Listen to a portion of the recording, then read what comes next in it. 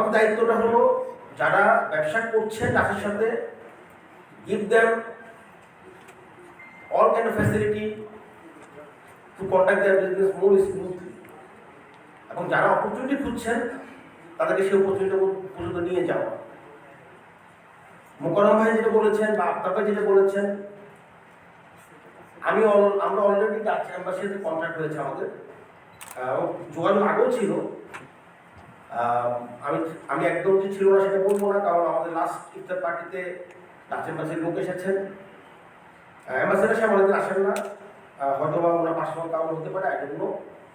But আমাদের সাথে contact হয়েছে, আমরা অলরেডি ডাচ অ্যাম্বাসিডারকে একটা ডিসিশন দিব very soon, and he will join. সে আমাদেরকে মোটামুটি অ্যাকশন করেছে এবং আমরা আশা করব সেদিন আপনারা সবাই থাকবেন। আমরা প্রোগ্রাম করব। অবভিয়াসলি আমি এটা বাংলা চেম্বার কখনোই হতে দেবো না, এটা ডাচ বাংলা চেম্বারে থাকবে এবং ডাচ বাংলা চেম্বার হিসেবে পরিচিত থাকবে, এটা কখনোই হবে না। এবং ইনশাল্লাহ এটা আমরা মনে হয় না ওই পর্যায়ে এখনো গেছে, আমরা এত হোপ ছেড়ে দিয়ে ছাড়া ঠিক না। We are hopeful and we will do it ইনশাল্লাহ। আমরা চেম্বারের বাইরের চেম্বারটা জানেন, এই চেম্বারে আমি নবম প্রেসিডেন্ট। প্রতি 2 বছর পর প্রেসিডেন্ট চেঞ্জ হয়।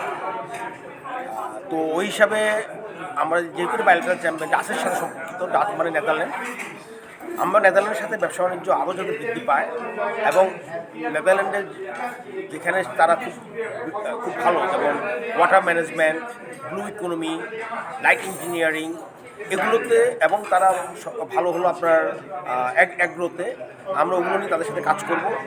নেদারল্যান্ড আমাদের সাথে অনেক কাজ করে বাংলাদেশের সাথে, বিশেষ করে গভর্নমেন্টের সাথে, এবং প্রাইভেট লেভেলও প্রচুর কাজ করে।